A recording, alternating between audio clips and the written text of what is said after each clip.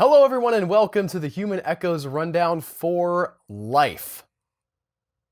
Now, you're going to get about 70 years, right? And you really want to spend that well. So I would recommend getting all the kids and the getting married stuff out of the way first.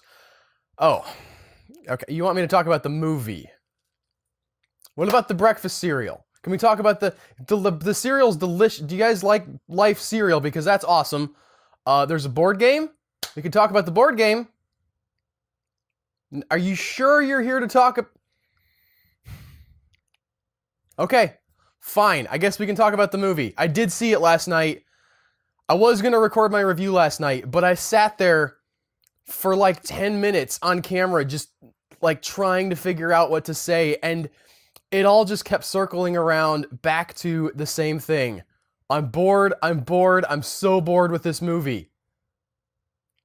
It's just it was such a disappointment, such a letdown, because I was excited by the trailers. I thought that there was a lot of good looking stuff in the trailers, especially the Red Band trailer they released with the Goodnight Moon reading at the end. I thought that was awesome. And it seemed like there could be a lot of cool tension, and it's in space, so you're going to get like a Gravity vibe, hopefully.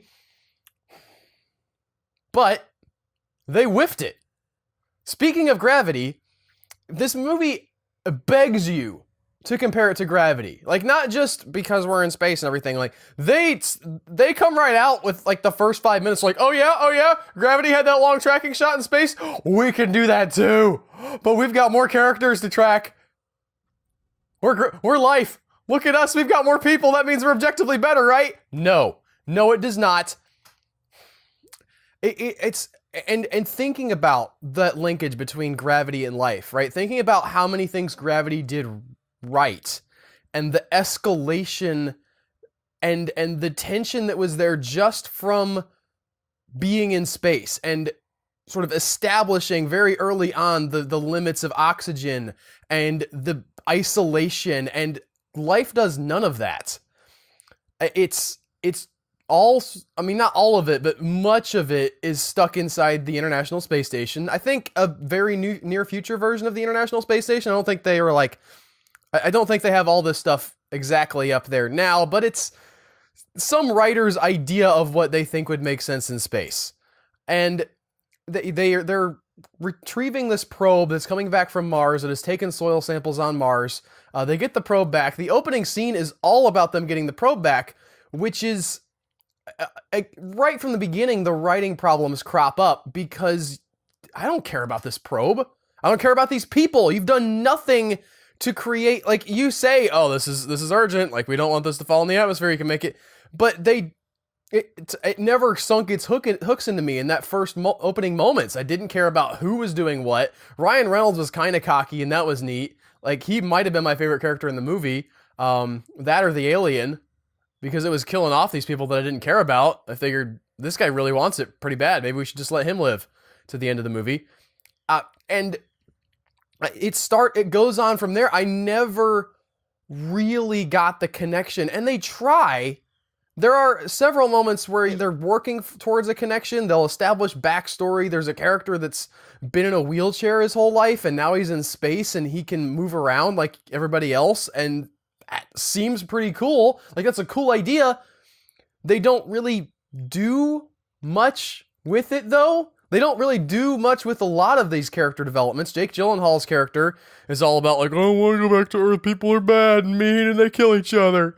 I want to stay here in space. And then he just wants to stay here in space. None of these gears connect together to make a story, so you have them all spinning independently of each other while the story happens around them. It's a very, very and then kind of story, all right? That's the type of plot where this happens, and then this happens, and then this happens, rather than a therefore story, which is this happens, which causes the other thing to happen, which in turn knocks this domino over. It's not a series of dominoes being knocked over. You can tell that they're going for a sense of escalation. The alien does get loose, spoilers, and does start killing people. And there is an element to it that is enjoyable on that level. When the alien is killing people, it does feel kind of like a slasher movie in space, but it's so self-serious that you can't take the people, like, dying in their own blood really a lot of fun? Their own weightless floating blood? You can't really have fun with that because, like, oh, this is hard, you should be scared. And I just ended up being bored. That is my number one emotion coming out of this. I hated this. Not because it was a terrible, terrible, terrible movie, all right? Like, visually and everything, it looks fine. The monster's well rendered. The camera and the cuts and all the editing, everything works together on a visual level. It's a nice little package to put a movie in. But it just made me so mad because I felt like it made me feel like I was wasting time. Like, my actual life. I felt like a significant portion of my real life had passed and I had gained nothing from it, from having to go see this. I just sat in a dark room for an hour. I watched some people try to fight this thing, and then the movie was over. No spoilers, by the way. Hated the ending. If it fit into some kind of overarching theme they were trying to make, that would have been great, but it didn't. Once again, like the Belko experiment, ending craps all over the rest of the movie, and unlike the Belko experiment, the rest of the movie's not that good.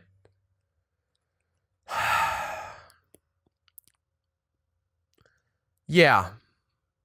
I don't recommend this one, guys. If you were waiting for that, no. Thumbs down. I dislike this movie. Downvote. Go spend your life doing something else, your actual real life. Maybe that's why they called it this. So you would know, hey guys, actually not that important if you come see this movie. You can go eat life cereal, you can play the game of life. You can spend the limited allotment of hours in your life in a different way than being in a dark theater and watching this boring, boring movie. You will die one day. There's nothing you can do about it. Until next time, for the Human Echoes Rundown, I'm Albert.